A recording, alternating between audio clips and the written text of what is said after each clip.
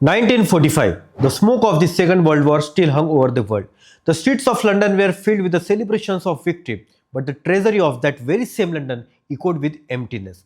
The British Empire, once described as the empire on which the sun never sets, was still considered the largest empire in the world. A vast, prosperous, and strategically important country like India was under its control. Then why, in just 2 years from 1945 to 1947, did they leave India? The empire that had ruled India for 200 years, crushed rebellions, suppressed movements, and imprisoned thousands of people. Why did that very empire suddenly leave India in such a hurry? The answer to this question is not as simple as many people believe. We are taught in the school that the British left because of Mahatma Gandhi's non cooperation movement or because of Netaji's Indian National Army. But the truth is far more complex than that. It is a story of war, economics, rebellion, global politics, and a change of power in London. A story that was unfolding in many different directions at the same time. So, in today's episode, we are going to uncover the real reasons, the true story of how the existence of an empire came to an end. Hello, I am Hemant Hedau, and I warmly welcome all of you to today's episode. At the beginning of the 20th century, the British Empire stretched across nearly one-fourth of the world's landmass and population. Canada, Australia, many countries in Africa, the Middle East, and of course, India, all were under the British crown. But among all these territories, India held a very special place. India was called the jewel in the crown. Why? Because India was not merely a colony. India was the backbone of British economy. Huge quantities of raw materials such as cotton, tea, spices, opium, and jute were exported from India to England. Goods manufactured in British factories were then sold back in the Indian market. A large portion of the expenses of the British administration and military was financed through the taxes paid by the Indian taxpayers. Indian soldiers, known as Sipais, were fighting in the British wars across the world. And during the First World War alone, more than 1 million Indian soldiers had risked their lives on the battlefield for the Britain. So India was not just a marketplace, it was also a source of military strength that Britain needed to maintain its dominance in Asia, Africa, and the Middle East. And that is why the leaders like Churchill repeatedly said, losing India meant losing the empire. Then why did the British abandon such a priceless India in such a haste? The answer lies in the war that began in 1939. The Second World War was the most devastating war in human history. Britain emerged victorious, but the cost of that victory was unimaginable. German bombing raids had reduced London to ruins. Millions of homes were destroyed. Thousands of civilians lost their lives. The country's industrial capacity had been almost entirely consumed by the production of war materials. And the greatest blow of all was dealt to the economy. Before the war, Britain had been the world's largest creditor of nation. And after the war, that very Britain had become the world's largest debtor nation. The enormous loans taken from the United States, the massive cost of war supplies, and the destruction of Britain's industrial infrastructure had completely emptied the British treasury. And ironically, Britain had borrowed so heavily from very India, it considered its own possession during the war that, after the war, Britain itself became indebted to India. Historians refer to this as the sterling balances, the value of the goods and services that India had supplied for the war effort, which Britain was obligated to repay. On one hand, maintaining an empire required an army, an administration, and money. On the other hand, Britain itself was facing food shortages, unemployment, and the enormous challenges of the post war reconstruction. Running an empire was no longer a responsibility, it had become a burden. And this is where the story truly begins, where economic realities started shaping political decisions. After the war, Britain faced a simple yet terrifying question.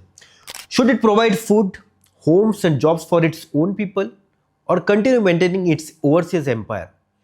See, stationing troops in India, running the administrative machinery, and maintaining law and order, all of this involved enormous expenditure.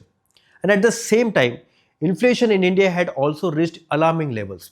The Bengal famine of 1943, in which millions of people died of starvation, had raised serious questions about the capability and the moral legitimacy of the British administration.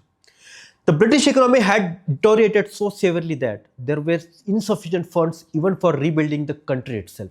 And under such circumstances, maintaining control over a vast and increasingly restless colony like India was becoming economically almost impossible. The empire was no longer a profitable enterprise, it had become a financial burden. But it was not merely a question of money. During this very period, events began unfolding in India that struck at the very foundations of British rule. During the Second World War, Netaji Subhas Chandra Bose left India and, with the support of Germany and later Japan, established the Azad Hind Fauj, better known as Indian National Army. His objective was simple: to liberate India from British rule through armed struggle. The Indian National Army attempted to enter India through the borders with the Burma, that is Myanmar, and it has achieved some success in certain areas, but ultimately it failed to secure a major military victory. However, what happened after the war ended proved to be an even more significant than a military trip. In 1945, the British government decided to put the officers of Indian National Army on trial for treason at the Red Fort. But the outcome was exactly the opposite of what the British had expected. The trials triggered a massive wave of public protest across India. Hindus, Muslims, and the Sikhs, people of every religion, came out onto the streets in support of the INA officers. Among the general public, and especially within the soldiers of the British Indian Army, a new sentiment began to spread that these officers were not traitors but patriots. History, Historians differ on the actual impact of the INA. Some believe its influence was limited, while others argue that it deeply affected the loyalty of the Indian armed forces. However, one point on which the most historians agree is this: the INA trials created a new awareness among the both Indian soldiers and the general public that those who had taken up arms against British rule were not traitors but heroes. And it was this very awakening that, within a few months, would give rise to another major event. February 1946, something extraordinary happened aboard the ships of the Royal Indian Navy anchored in the port of Bombay. The Indian sailors of the Royal Indian Navy mutinied. The reasons were poor quality food, racial discrimination, low wages, and of course, the wave of resentment created by the trials of Indian National Army. What began on a few ships in Bombay soon spread rapidly to more than 78 ships and naval establishments across India, including Karachi, Madras, and Calcutta. Nearly 20,000 sailors took part in mutiny, and most importantly, the ordinary people of Bombay also came out onto the streets in support of the sailors. Trade unions, students, and common citizens all stood behind the mutiny. For the British government, this was deeply alarming warning. Until then, the Indian Army and Navy had been regarded as the most reliable pillars of British rule. If those very soldiers and sailors began to revolt, then on whose strength could British rule continue? According to many historians, the mutiny was clear indication that the loyalty of Indian armed forces could no longer be taken for granted. Of course, this was not the only reason behind Britain's decision, but it was certainly one of the significant factors that shook the very foundation of the empire. But this was not an isolated incident.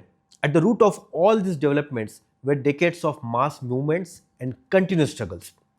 The Royal Indian Navy Mutiny and the Indian National Army did not emerge suddenly, but them lay decades of resistance.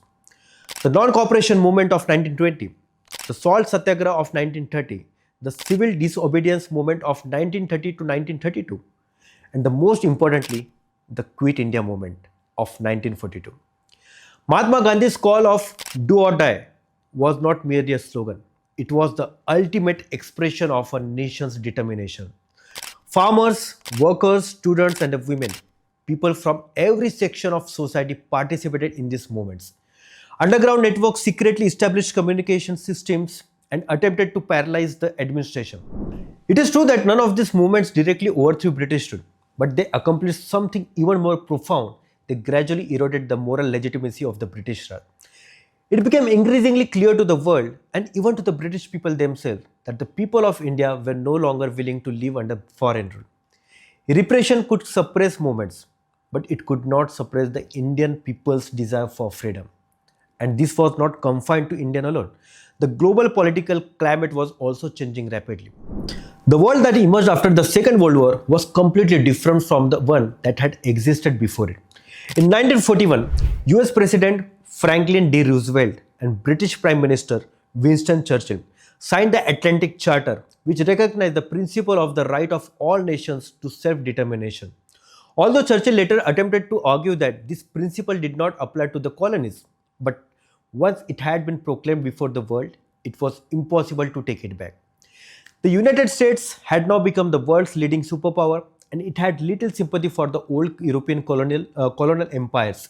On the other hand, the Soviet Union openly opposed imperialism.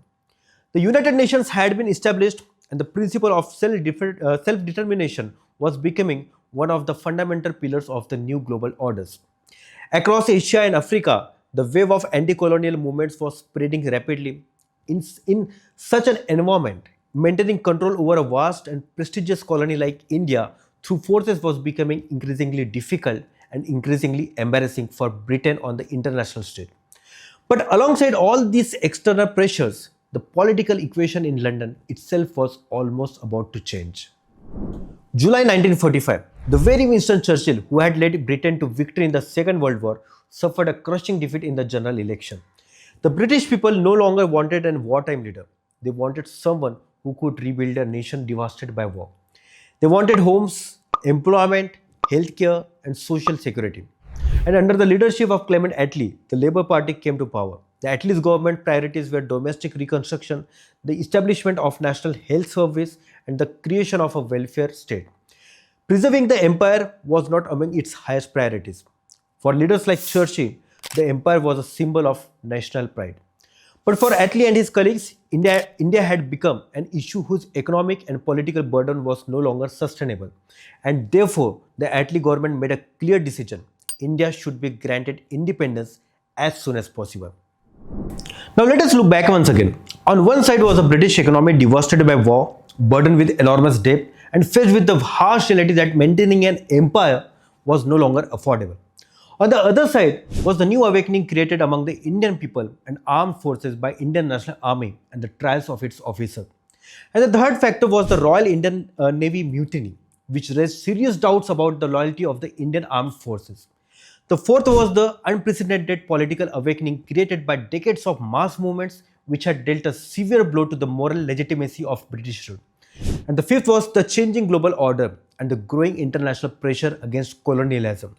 And the sixth was the political change of power in London itself, which placed greater importance on rebuilding Britain than on preserving the empire. So all these factors were unfolding simultaneously, reinforcing one another. So most historians agree that the India's independence was the result of the combined impact of all these factors, not the consequence of any single event, any single leader, or any single movement. Economic necessity, military instability, the pressure of mass movements, and the international politics, all of these factors came together and brought about the end of an empire. In February 1947, the Attlee government announced that the power would be transferred to India by June 1948. But in reality, the date was brought forward in great haste to 15 August 1947. So finally, Lord Mountbatten was entrusted with the responsibility, and within just a few months, the fate of this vast subcontinent was decided. This haste also led to one of the most painful consequences: partition. The displacement of millions of people, widespread violence, and immense human suffering became forever intertwined with the moment of India's independence. Friends, independence was a moment of joy, but it was not an unblemished one. And so, let us return to the question we asked at the very beginning. If the British Empire was so powerful, why did it leave India in such a hurry? So the answer is clear. The empire appeared powerful from the outside, but from within it had been hollowed out by war, crippled economically, and weakened morally. And the people of India, its soldiers, and the changing political landscape across the world together exposed that weakness. Freedom is never achieved in a single day. It is born from the sacrifices of generations, from the courage of countless unnamed people, and from the convergence of historical forces moving together in the right direction at the right time. The British left India because maintaining the empire had become impossible, economically, militarily, morally, and politically. But India attained its freedom because of millions of Indians, whether they were satyagrahis, soldiers, sailors, or ordinary citizens. Each contributed to the struggle in their own way. And this is history that should fill us with pride. But at the same time, it also teaches us that great changes are never brought about by a single cause. They are woven together by many different threads. So, were you already aware of this history? In your opinion, which of these factors was the most decisive? The economic impact of the war, the Indian National Army, the Royal Indian Navy Mutiny, or global politics? Be sure to share your thoughts in the comments below. If you enjoyed this video, don't forget to like it, subscribe to the channel and share this video so that this history reaches as many people as possible. I will see you in the next episode. Until then, keep reading because if you read, you will succeed.